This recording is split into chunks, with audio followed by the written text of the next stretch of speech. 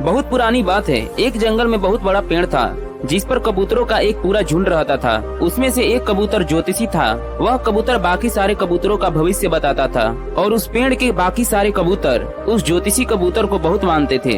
एक दिन सारे कबूतरों ने मिलकर यह सोचा कि क्यों न ज्योतिषी कबूतर से इस जंगल और पेड़ का भविष्य पूछा जाए। शाम होते ही उस ज्योतिषी कबूतर को आदर पूर्वक बुलाया गया। सारे कबूतर उस ज्योतिषी कबूतर से पेड़ और जंगल के भविष्य के बारे में पूछे।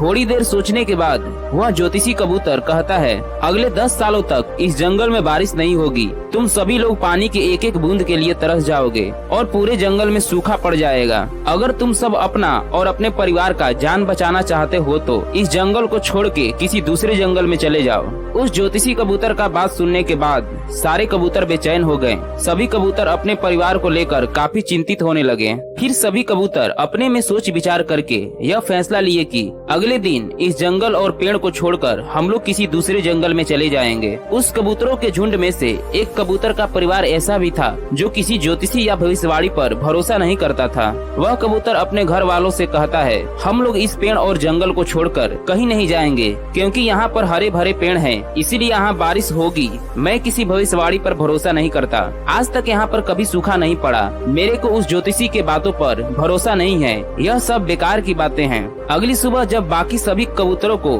मालूम पड़ा कि हम में से एक कबूतर का परिवार यहाँ से नहीं जा रहा है तो कुछ कबूतरों ने उस कबूतर को समझाने के लिए उसके पास पहुँचे। लेकिन वह कबूतर साफ साफ मना करते हुए उन कबूतरों से कह देता है कि मैं नहीं जाऊँगा।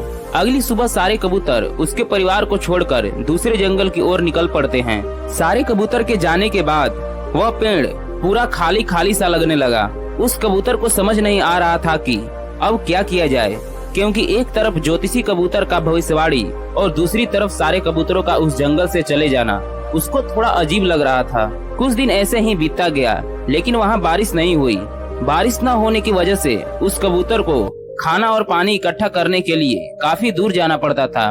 एक दिन वह कबूतर खाने की तलाश में जंगल में जा रहा था। तभी कबूतर ने देखा कि उसके ऊपर एक बादल जा रहा है। वह बादल भी कबूतर को देखा और वह बादल सोचने लगा कि सभी कबूतर यहाँ से जा चुके हैं। यहाँ पर 10 सालों तक बारिश नहीं होगी और आधा से अधिक जंगल बारिश न होने की वजह से सूख गया है। फिर भी यह कबूतर यहाँ पर क्या कर रहा है? तभी बादल ने कबूतर से पूछा, अरे ओ कबूतर भाई, क्या तुम बेवकूफ हो?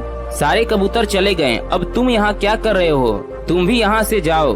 वह कबूतर मुस्कुराया और कहा, आखिर मैं यहाँ से क्यों जाऊँ? मेरे को भविष्यवाणी पर भरोसा नहीं है। आगे कबूतर ने नम्रता पूर्वक बादल से कहा, मैं यहाँ पर खाने की तलाश में आया हूँ। अगर मैं खाना नहीं खाऊंगा तो जिंदा कैसे रहूंगा? और हाँ, मैं खाने की तलाश में इतना दूर इसलिए आता हूँ कि कहीं मैं उड़ना न भूल जाऊँ।